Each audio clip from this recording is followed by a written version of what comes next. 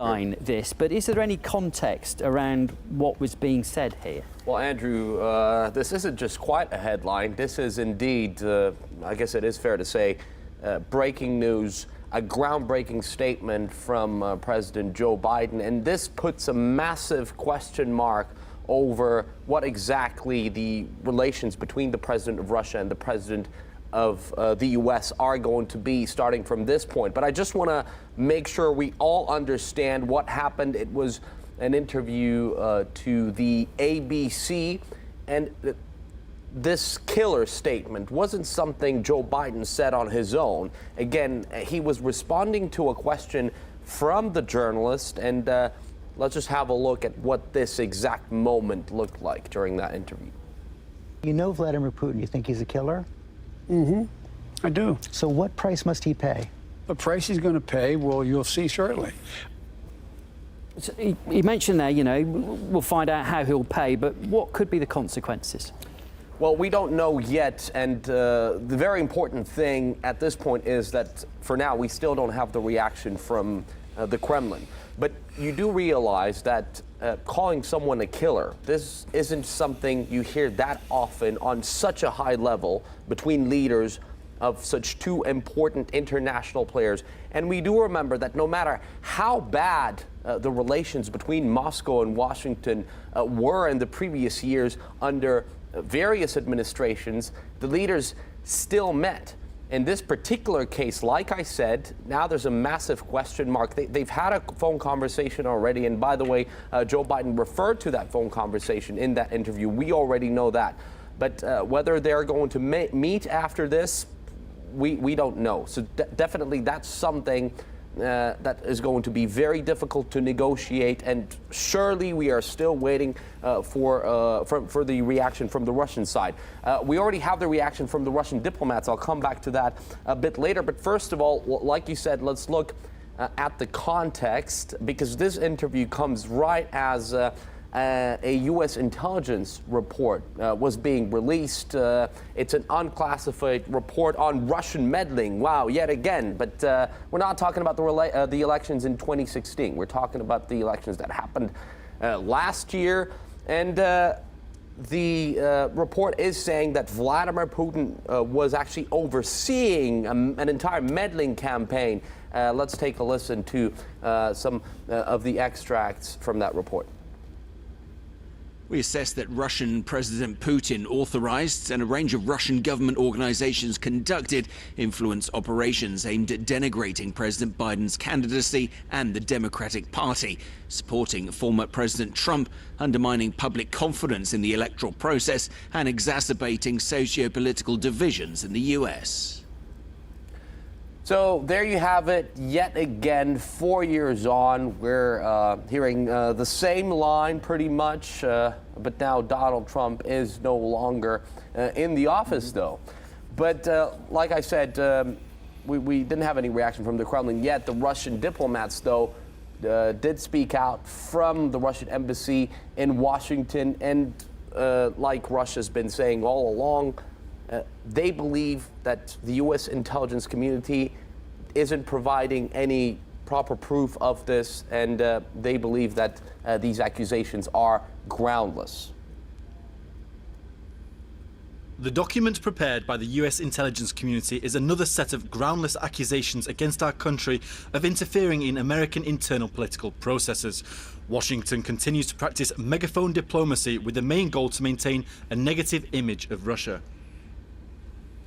It was abundantly clear that the relations between Washington and Moscow weren't supposed to be smooth, or they weren't going to become any better after the handover at the White House. But the question was, to what extent things are going to get worse?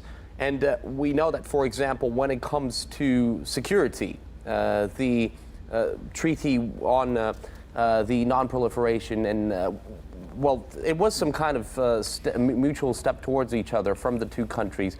So we did see at one point some light at the end of the tunnel. But then with this kind of interview, with this kind of rhetoric, we don't know what's going to happen next. So I remember here in Russia conversations already starting on whether the two leaders are going to meet, when that's possibly going to happen.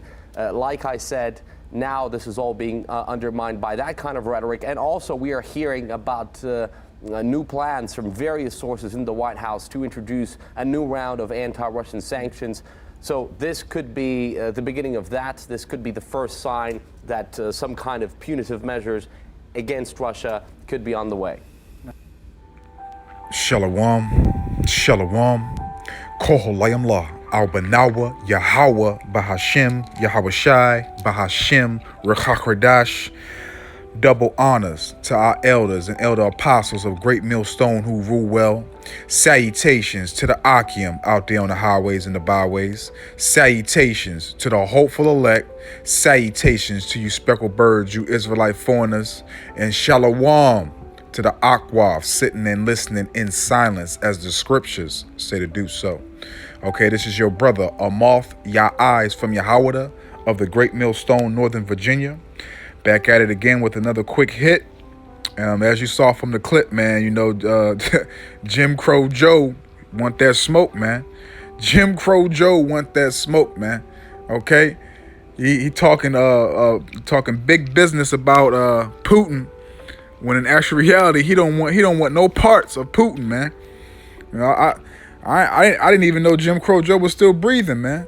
You know, every time he go talk and have a conference, man, he got a damn oxygen tank in the back. Salakia.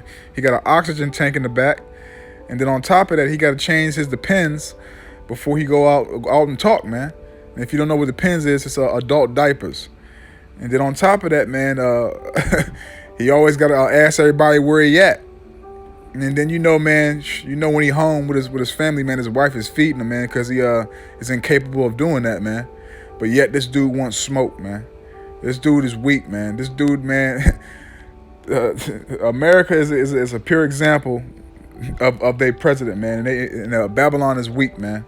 Okay, and every nation sees it, man. Look who they put in office, man. This dude is not mentally or physically fit to run a country, man. But let's start, man. Let's go to Ecclesiasticus. Because he talking about Putin is a devil, man. But let's see what the scriptures say about what he just said. Ecclesiasticus chapter 21, verse 27, and it reads this. When the ungodly curseth Satan, he curseth his own soul. So you got the same damn spirit that you trying to put on this man. Talking about he's a killer. What are you? What are you, JimCrow Joe? I ain't playing with you niggas Biden. What are you? When the ungodly curseth Satan, he curseth his own soul, man. So what are you, JimCrow Joe? Because you know, you already know what's gonna happen, man. We at arm's reach of seeing all chaos, man. Armageddon, man. This is Matthew chapter 24, verse 7, and it reads this, straight to the point.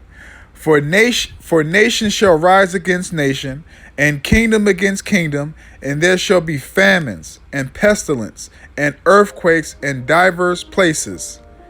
Okay, so man, look, man, it's about to happen, man. It's about to start happening, man. Yahweh Hashem Yahushua about to start putting the spirit on these other nations, man, to come against Babylon, man. Okay, because you know JimCrow Joe said he want the smoke. JimCrow Joe said, I want that smoke. He said, I want it. He calling out Putin, man, like Putin a punk, man. You don't want no parts of Putin, man. You better go change your Depends, man, and stop playing, man. Get back on that oxygen tank, man. Now, this is Jeremiah 51, verse 7, and it reads this. Babylon hath been a golden cup in Yahweh Bahashim Yahushai's hand that made all the earth drunken. The nations have drunken of her wine. Therefore, the nations are mad, man. You think, man, ain't nobody really, at the end of the day, man, they got an agenda that they, so like, at the end of the day, they got an agenda that they working on together, for that one world currency and all that. But at the end of that, Yahweh Ba'ashim Yahushua is going to divide these nations, man. He's going to have every nation going against America, man, aka Babylon the Great, man. And this is what they saying right now. Let's get it. Let's go to Joel chapter 3. This is what's being said amongst these nations, man. Joel chapter 3, starting off at verse 9, and it reads this. Proclaim ye this among the Gentiles. Prepare war. Wake up the mighty men. Let all the men of war draw near. Let them come up. Beat your plowshares into swords, and your pruning hooks into spears. And your pruning hooks into spears. Let the weak say, I am strong, man. So all these nations, they ain't weak no more, man. They gonna be coming against Babylon, man. Head first, man. Okay? So you talking about you want that smoke, Jim Crow Joe? You gonna get it, man. Trust and believe, you gonna get that smoke, man. Okay, and you talking that nonsense to Putin like he a punk? You don't want no parts of Putin, man. Okay? You don't want no parts of Putin, man. You better get back on that oxygen tank, man, and get some oxygen to your brain, man. Because you don't know what you're getting yourself into, man. Okay? You don't even know where you at half of the time. Walking around wearing dependables, man. Like this dude, man, is but this is who y'all wanted, Babylon. Y'all wanted this dude, man. All right, let's close it out here, because this was just meant to be a quick hit. All right, 2nd Esdras chapter 15, starting off at verse 14, and it reads this.